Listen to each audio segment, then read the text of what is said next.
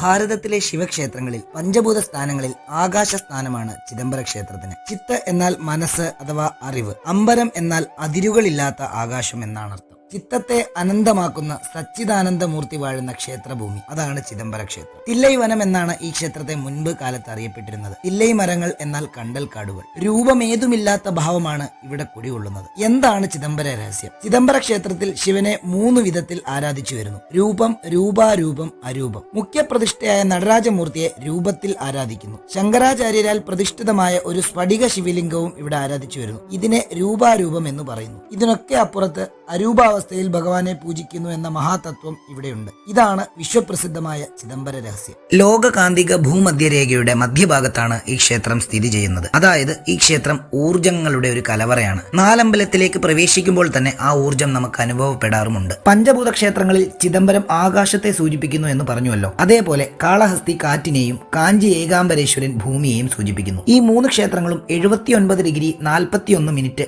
രേഖാംശത്തിൽ ഒരു നേർരേഖയിൽ സ്ഥിതി ചെയ്യുന്നു. ക്ഷേത്രത്തിന്റെ സങ്കല്പം തന്നെ ഒരു മനുഷ്യ ശരീരം പോലെയാണ്. അതിലെ ഹൃദയത്തിന്റെ സ്ഥാനത്ത് നടരാജനും. സാധാരണ ക്ഷേത്രങ്ങളിൽ പ്രധാന ഗോപുരത്തിന്റെ നേർരേഖയിലാണ് ശ്രീകോവിലെങ്കിൽ ഇവിടെ ഇത്തിരി ഇടത്തോട്ട് നീക്കി മനുഷ്യ ശരീരത്തിൽ എങ്ങനെയാണോ ഹൃദയം ഇരിക്കുന്നത് അതുപോലെയാണ് ശ്രീകോവിൽ പണി കഴിക്കപ്പെട്ടിട്ടുള്ളത്. ക്ഷേത്രത്തിന്റെ മേൽക്കുര 21,600 സ്വർണ്ണ തകിടുകൾ കൊണ്ടാണ് നിർമ്മിച്ചിരിക്കുന്നത്. ഇത് മനുഷ്യൻ ഒരു ദിവസം 21,600 തവണ ശ്വസിക്കുന്നു എന്നതിനെ സൂചിപ്പിക്കുന്നു. ഈ 21,600 സ്വർണ്ണ തകിടുകൾ 72,000 സ്വർണ്ണ ആണികൾ ഉപയോഗിച്ചാണ് ഉറപ്പിച്ചിരിക്കുന്നത്. ഇത് മനുഷ്യ ശരീരത്തിലെ ആകെ നാഡികളുടെ എണ്ണത്തെ സൂചിപ്പിക്കുന്നു. സ്വർണ്ണ മേൽക്കുരയിലെ കലശങ്ങൾ 9 തരം ശക്തികളെയോ ഊർജങ്ങളെയോ പ്രതിനിധീകരിക്കുന്നു. അർദ്ധമണ്ഡപത്തിലെ 6 തൂണുകൾ 6 തരം ശാസ്ത്രങ്ങളെ പ്രതിനിധീകരിക്കുന്നു. തൊട്ടടുത്തുള്ള മണ്ഡപത്തിലെ 18 തൂണുകൾ 18 പുരാണങ്ങളെയും പ്രതിനിധീകരിക്കുന്നു.